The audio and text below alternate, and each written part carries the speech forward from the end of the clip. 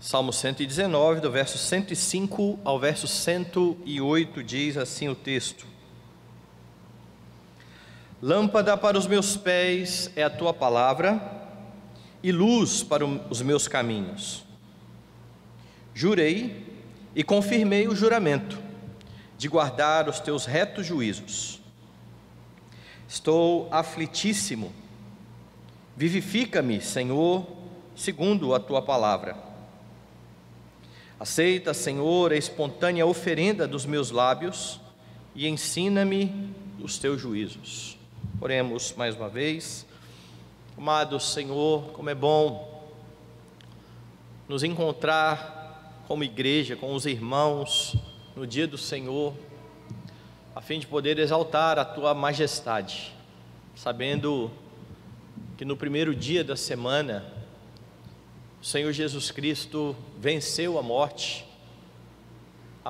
que nos assolava, a morte que era o destino certo para todos os pecadores, mas que foi vencida, e agora em Cristo Jesus temos redenção, vida eterna, e podemos, ó Deus Santo, comparecer à tua presença, a fim de ouvir a tua voz. Que o Senhor fale ao nosso coração neste instante, por meio da tua palavra, em nome de Jesus, amém.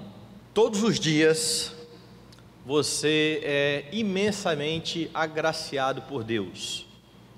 Não há um dia sequer em que a graça e a misericórdia do Senhor não alcance o seu povo.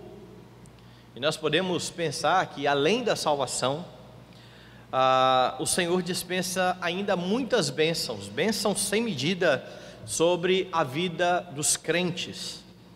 E um dos nossos hinos expressa bem esta verdade, quando ele diz: conta as bênçãos, dize-as de uma vez, e verás surpreso o quanto Deus já fez. E esse hino então aponta para a realidade que muitas vezes nos nossos afazeres nós não nos tocamos o quão abençoados somos por Deus, mas que se pararmos e começarmos a pensar naquilo que o Senhor tem feito, isso é sem fim. Nós não daremos conta de enumerar a quantidade de bênçãos, porque Deus, Ele é abundante em suas bênçãos para com o seu povo.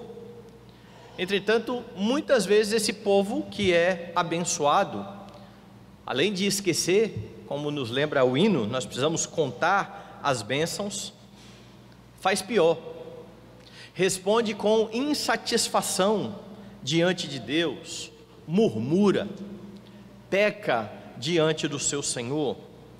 E é por isso que é preciso ter sempre em mente os benefícios de Deus, buscando agradecer ao Senhor por aquilo que Ele tem feito. O Salmo 116, neste salmo, é esta a preocupação do salmista, quando no verso 13 ele faz uma pergunta: que darei ao Senhor por todos os benefícios para comigo? E a resposta dele ali naquele salmo é a seguinte: eu vou tomar o cálice da salvação e eu vou invocar o nome do Senhor. Ele sabe que ele precisa agradecer a Deus, ele se vê um devedor e ele sabe o caminho que ele precisa tomar.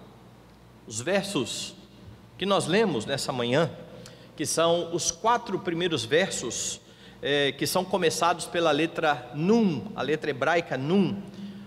A letra Nun é a 14ª letra do alfabeto hebraico, ela é equivalente ao nosso N. Esses versos mostram alguns benefícios que vêm da parte do Senhor e como o salmista está respondendo a isso. É isso que você tem nestes 4 versículos: a bênção de Deus e a resposta do salmista àquilo que o Senhor está fazendo, de modo que, ao olhar para estes versículos, você aprende sobre como agir diante dos benefícios do Senhor. Deus está te abençoando, qual é a sua resposta? Primeira coisa que você vê neste versículo, a primeira verdade, está nos versos 105 e 106. Você precisa obedecer aos mandamentos do Senhor. Eu vou ler de novo. Lâmpada para os meus pés é a tua palavra, e luz para os meus caminhos. jurei e confirmei o juramento de guardar os teus retos juízos. Veja que o verso 5 começa mencionando então um benefício importante que você tem da parte de Deus. Este homem está comparando a palavra de Deus com uma lâmpada que é posta a fim de iluminar o caminho. E a ideia então é que da mesma forma que naquele tempo em que eles tinham pouca luminosidade nos caminhos, né, era muito escuro, da mesma forma que a lâmpada servia para que os viajantes não tropeçassem neste mundo em trevas, somente por meio da palavra de Deus é que o homem encontrará um guia perfeito, aquilo que vai direcioná-lo, aquilo que vai mostrar a ele o caminho em que de fato ele deve andar. Então a ideia do salmista aqui é que, tendo a palavra de Deus como uma lanterna, ele poderia saber qual o caminho a trilhar, ele poderia perceber quais os perigos a serem evitados. Ficaria fácil de, diante da lanterna que ilumina todas as coisas, ele perceber os perigos e então evitar esse tipo de caminho. Daí então este contraste, essa comparação, na verdade, que ele faz aqui, dizendo que a palavra de Deus é a lâmpada para os seus pés e é a luz para o seu caminho. Da mesma forma, você e eu vivemos em um mundo em trevas, mas isso não significa que nós estamos inseguros. Você pode andar com segurança, ainda vivendo num mundo quebrado, ainda vivendo num mundo que está em escuridão, porque em sua palavra Deus estabelece claramente como Ele quer que os seus filhos andem, como Ele quer que os seus filhos se portem no meio dessa geração adúltera e perversa. Deus chama homens das trevas para a luz, a fim de que eles continuem agora a andar na luz. A palavra de Deus então adverte sobre o falso caminho e fala claramente sobre o caminho em que se deve andar, de modo que o servo de Deus não vive a tatear, ele está seguro, ele pode caminhar neste mundo com segurança. Mas infelizmente, muitos cristãos, muitos daqueles que declaram o seu amor por Jesus Cristo, estão perdidos. E ao viver nesse mundo, não sabem como se portar, não sabem tomar decisões piedosas, caminham na mesma toada de toda esta sociedade corrompida. E isso acontece porque, mesmo tendo em mãos a lanterna, eles a mantêm fechada. É como se você tivesse num caminho escuro, apontando uma lanterna que está com a lâmpada queimada, ou no tempo deles, apagada. Não adianta você ter a escritura, mas manter este livro fechado, silenciando assim a voz do Senhor, aquilo que o Senhor tem como direção para a sua vida. A lanterna que você tem em mãos, ela é excepcional, mas se você não a usar, não a utilizar para os seus caminhos, de nada vai valer a você. Esta lanterna, esta palavra de Deus mostra o que está errado diante das opções que você tem na sua vida e guia você pelo caminho de santidade. E essa palavra é tão importante que quando você olha para a epístola de Pedro, veja lá, você tem Pedro exaltando a palavra e mostrando até quando a igreja precisa se agarrar nessa palavra. E a palavra de Pedro aqui é muito importante a respeito disso, porque, irmãos, nós sabemos que vivemos um tempo em que crentes muitas vezes deixam a lanterna fechada e ficam procurando aí sinais, sentimentos. Eu preciso sentir o que Deus quer da minha vida. eu preciso de um sinal, Deus vai me mostrar. Eles querem experiências que pretensamente vão guiá-los no caminho de Deus. Pedro teve uma experiência extraordinária. Pedro com Tiago e João estiveram ali no Monte da Transfiguração. Eles viram o Senhor ser transfigurado, as suas vestes resplandecendo. Eles ouviram uma voz do céu que dizia: este é o meu filho amado em quem eu tenho prazer. E essa experiência marcou a vida de Pedro. Entretanto, quando ele escreveu a sua carta, os crentes estavam à mercê de falsos mestres. E então, estes falsos mestres diziam: Jesus não irá voltar mais. Não adianta mais esperar. Viva de qualquer forma, afinal de contas, Deus não se importa com a maneira com que nós vivemos. E pare de esperar esta vinda de Jesus. É por isso que você tem no versículo 16, Pedro lembrando aos crentes: porque não vos demos a conhecer o poder e a vinda do nosso Senhor Jesus Cristo, seguindo fábulas engenhosamente inventadas, mas nós mesmos fomos testemunhas oculares da sua majestade. Perceba o que Pedro está fazendo aqui. Quando nós pregamos sobre a vinda de Cristo, nós não fazemos isso porque ouvimos alguma lenda, porque ouvimos alguma história. Na verdade, nós somos testemunhas da majestade do Senhor. E então ele menciona, que momento foi esse? Verso 17: pois ele recebeu da parte de Deus Pai honra e glória, quando pela glória excelsa lhe foi enviada a seguinte voz: este é o meu filho amado em quem me comprazo. Ora, esta voz vinda do céu, nós a ouvimos quando estávamos com ele no Monte Santo. E agora então Pedro escancara para os seus leitores a sua experiência, dizendo: olha só, estes olhos aqui viram a Jesus glorificado, exaltado em toda a sua majestade. Estes ouvidos ouviram a voz que veio do céu e que dizia que aquele que ali estava era o Filho de Deus, o amado de Deus. E então, ao invés de se agarrar à sua experiência, veja o que Pedro diz agora: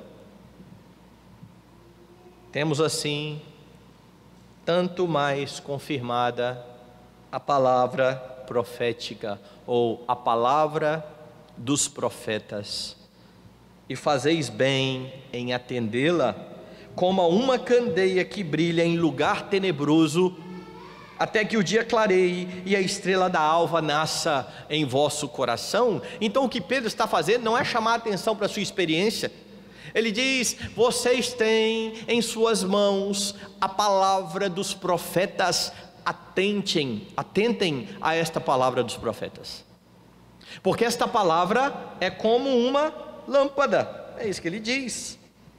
Esta palavra é como uma candeia, uma lâmpada que brilha em lugar tenebroso. Qual é o lugar tenebroso? Este mundo. E até quando esta palavra brilhará neste mundo? Ele diz: até que o dia clareie e a estrela da alva nasça em vosso coração, até que o Senhor Jesus retorne, porque Ele retornará. Apeguem-se à palavra, agarrem-se à Escritura, ela é o seu guia neste mundo em trevas. Enquanto a luz de Jesus não resplandece definitivamente em sua segunda vinda, sua palavra é o guia da igreja, é a lanterna da igreja. Você não caminha então por experiências, você não caminha atrás do que está sentindo o seu coração, você não fica tentando a Deus diante de uma situação, pedindo a Ele que dê algum sinal, porque Ele já deu a você a palavra que é a sua lanterna. Guarde-a no coração a fim de não pecar contra Deus.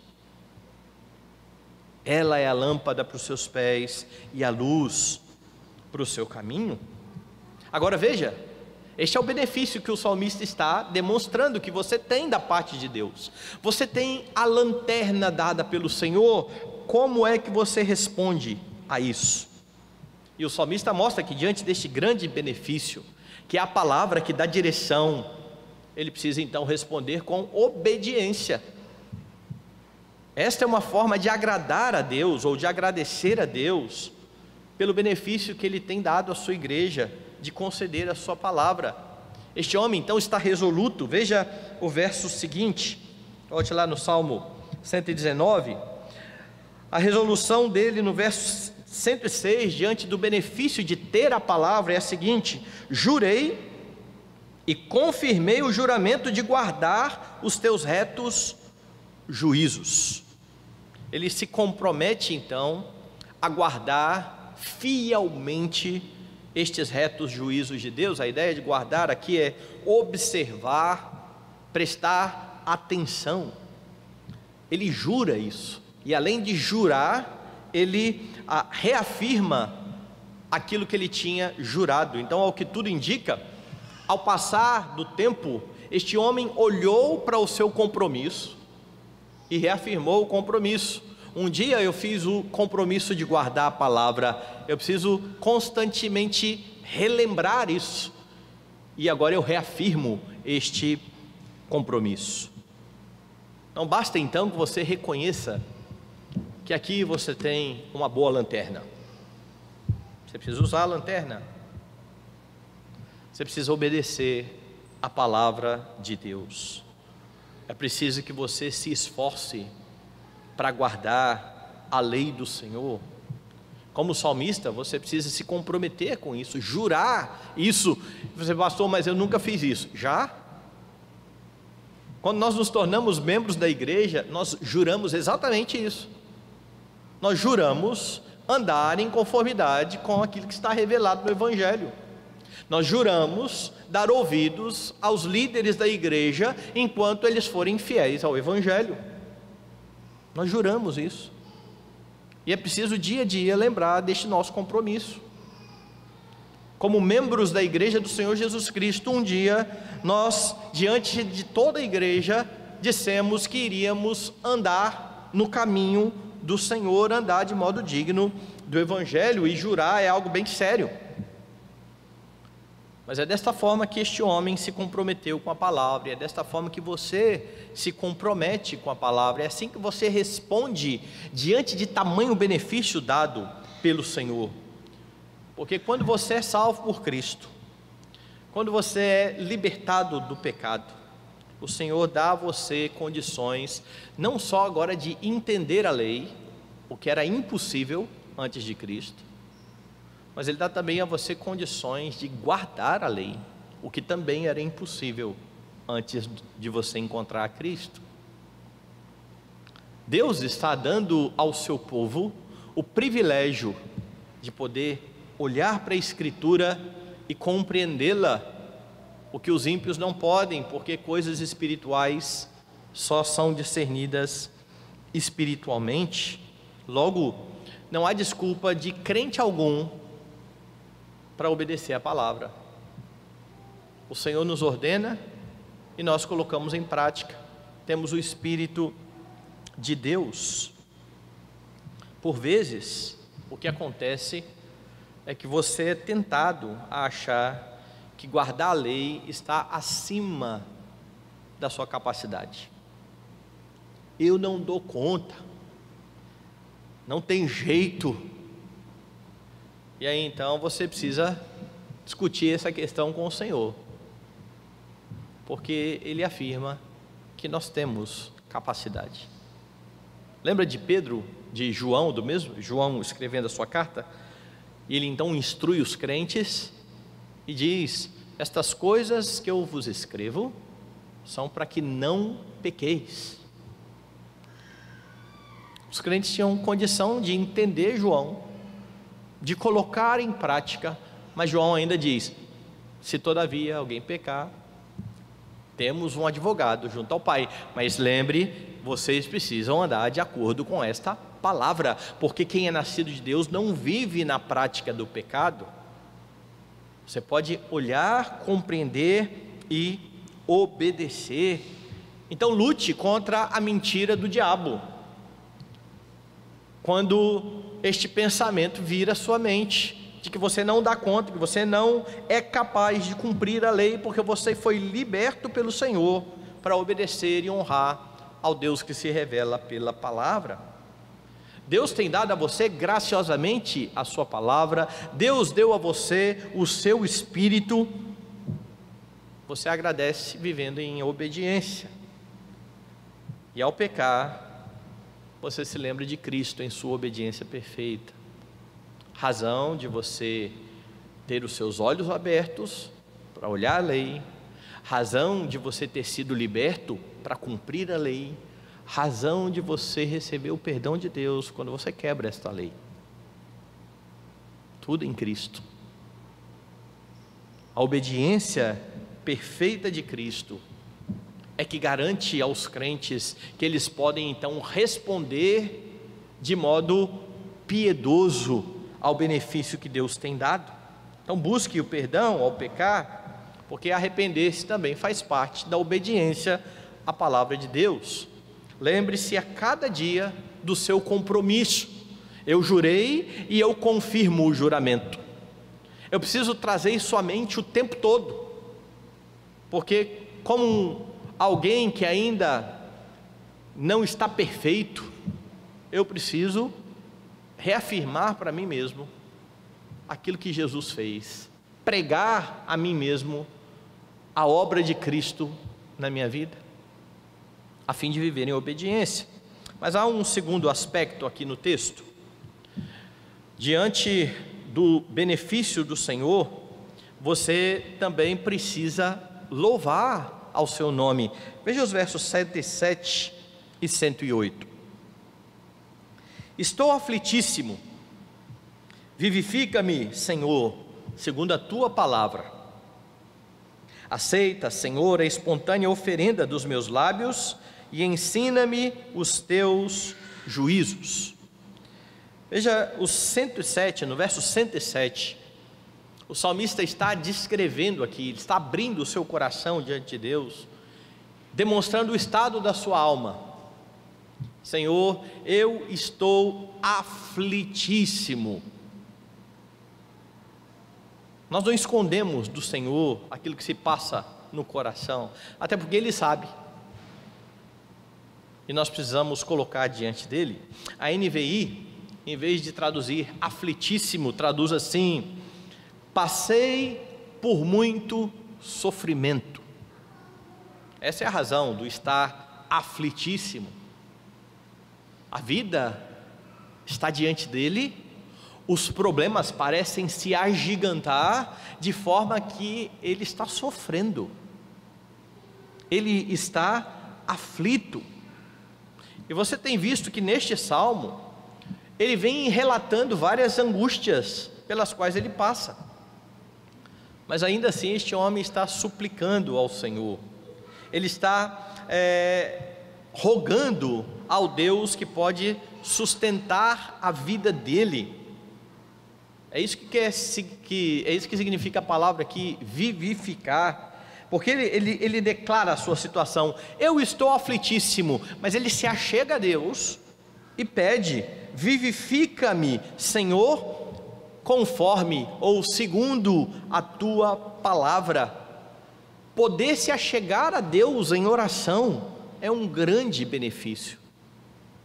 Poder se achegar a Deus em oração, tendo em mente aquilo que Deus já prometeu, é um grande benefício. Saber que a intercessão de Cristo é a grande causa de você poder se achegar diante de Deus, é um grande benefício. Deus está atento ao seu clamor. Deus não está alheio ao sofrimento do seu povo, e Ele pode trazer alívio para a alma do crente. E é assim que você precisa então também agir nas suas tribulações, buscando ao Senhor em oração, na certeza de que pelos méritos de Cristo Ele ouvirá e responderá conforme a sua boa vontade. Você tem este grande benefício porque Cristo morreu em seu lugar, porque Cristo deu a sua vida em resgate do seu povo. Ele é o seu mediador, Ele é o seu sacerdote perfeito, Ele é o seu advogado junto ao Pai, e Ele garantiu que tudo o que você pedisse, em nome dEle, o Pai concederia a você. E pedir em nome de Jesus é pedir conforme a vontade de Jesus, ou seja, é reconhecer o que Deus fala na palavra e é se submeter ao que Deus fala na palavra, e então pedir conforme aquilo que o Senhor tem revelado em sua palavra. Não desperdice o grande benefício que é dado aos crentes de se achegar a Deus, porque Jesus fez de você um irmão dele, para que você também tenha acesso ao seu Pai Santo, que está nos céus. Os homens, por vezes, se gabam das suas amizades, dos contatos que eles têm, dizendo: não há problema, porque eu tenho um problema na justiça, eu tenho uns conhecidos aí, sabe? Eu tenho um amigo promotor, eu tenho um amigo juiz, ou se causa aí da saúde, eu não estou preocupado não, porque eu tenho um amigo que ele coordena lá um hospital, ele pode me colocar na frente. E os homens vão se gabando aí desses contatos que às vezes dão a eles certos benefícios, muitos deles que nem deveriam ser dados. Os crentes têm o benefício de se achegar diante do Deus de toda a glória, que além de ser o Deus de toda a glória, é o Pai bendito de Jesus e dos seus irmãos, e colocar diante dele as suas petições, e ele simplesmente deixa de lado isso, procura outros caminhos, tentam dar outros jeitos. Não deixe de lado o benefício da oração, e diante de tal benefício, você precisa responder de forma piedosa, e o salmista mostra isso no verso 108. Aceita, Senhor, a espontânea oferenda dos meus lábios, e ensina-me os teus juízos. Este homem que sabe que na sua aflição pode buscar a Deus, roga agora que Deus aceite o seu louvor, que Deus aceite a sua adoração. Ele adora ao Senhor em meio às suas aflições. Ele ainda nem recebeu a resposta de oração, mas ele louva a Deus e pede que Deus aceite o seu louvor. Ele está então grato de antemão, ele está grato sem saber como é que o Senhor irá respondê-lo. Ele está grato pelo simples fato de poder colocar diante do Senhor a sua súplica, na certeza de que ele não está só, ele tem um Redentor bendito, ele tem alguém com quem ele pode contar, alguém a quem ele pode recorrer. E além disso, ele faz mais um pedido, para que Deus continue a instruí-lo por meio da palavra, porque veja, ele diz: aceita, Senhor, a espontânea oferenda dos meus lábios, o fruto dos lábios que confessa o nome do Senhor, e ensina-me os teus juízos. Ele já declarou a sua decisão de guardar o seu juramento. Jurei e confirmei o juramento, mas ele sabe que constantemente ele precisa continuar aprendendo a palavra do Senhor. Ele ainda não é um expert naquilo que Deus diz, é por isso que ele constantemente precisa voltar à Escritura. O louvor a Deus é a atitude que precisa estar na sua vida diante deste grande benefício de, por meio de Cristo, você poder se achegar ao Pai. Louve a Deus, porque nas suas aflições você pode se achegar a Ele e abrir o seu coração, sabendo que Ele ouvirá o seu clamor. Louve a Deus pela mediação de Cristo, razão de você sempre ser ouvido, mesmo que você ainda não tenha recebido o que você almeja, Louve a Deus por saber que Ele conhece aquilo de que você necessita antes mesmo de você pedir. Louve a Deus pela convicção de que a vontade dEle é sempre boa, agradável e perfeita, ainda que seja diferente daquilo que você está pedindo em oração. Mantenha então o coração contente com aquilo que o Senhor já tem feito na sua vida. Busque continuar crescendo no conhecimento do Senhor, no entendimento da palavra de Deus, porque você será eternamente um aprendiz do Senhor. Há crentes que acham que já chegaram numa determinada fase da vida em que eles já sabem tudo, não há o que aprender mais. Você é um eterno aprendiz, porque até que o Senhor Jesus Cristo volte, você tem muito a aprender aqui, na palavra. Lembre-se, você tem que se apegar a ela como uma candeia, até que o dia clareie, até que o Senhor Jesus Cristo volte. E quando o Senhor Jesus Cristo voltar, você aprenderá eternamente dele.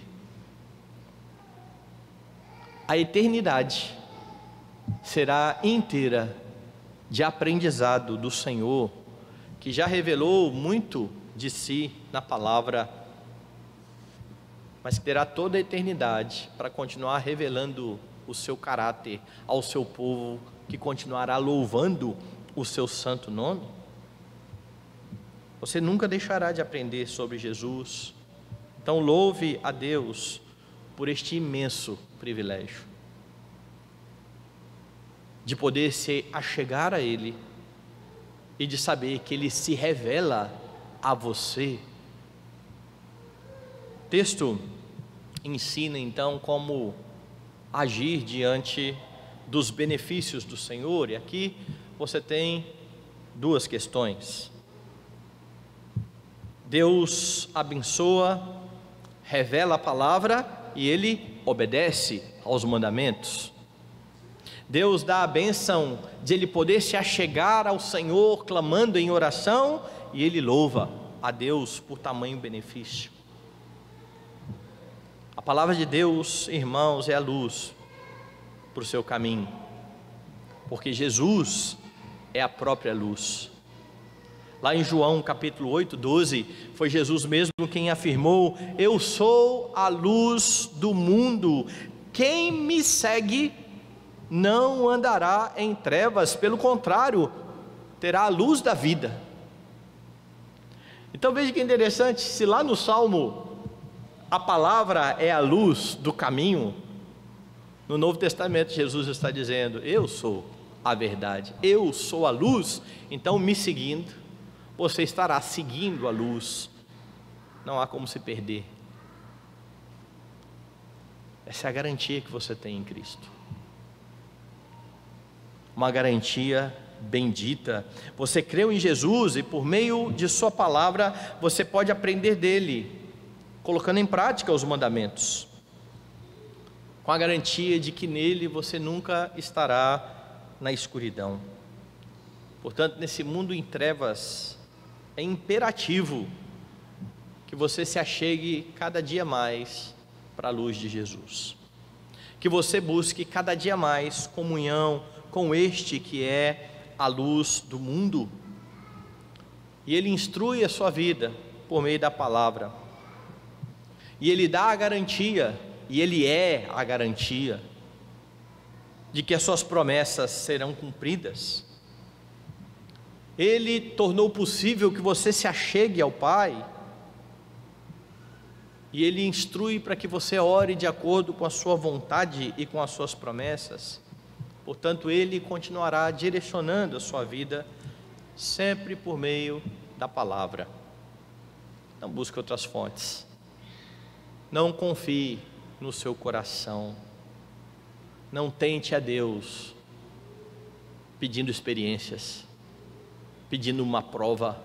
Olhe para a Escritura, tome decisões piedosas pautados na Escritura, porque é nela que o Senhor direciona a sua vida, e faça isso até que Ele venha, porque até lá a palavra continuará sendo a lâmpada para os seus pés, a luz para o seu caminho. Portanto, abra a palavra, deixe que a luz da palavra guie a sua vida. A obra do Espírito é feita por meio da Escritura. Ele te dá condições de entender e de colocar em prática, para a glória de Deus.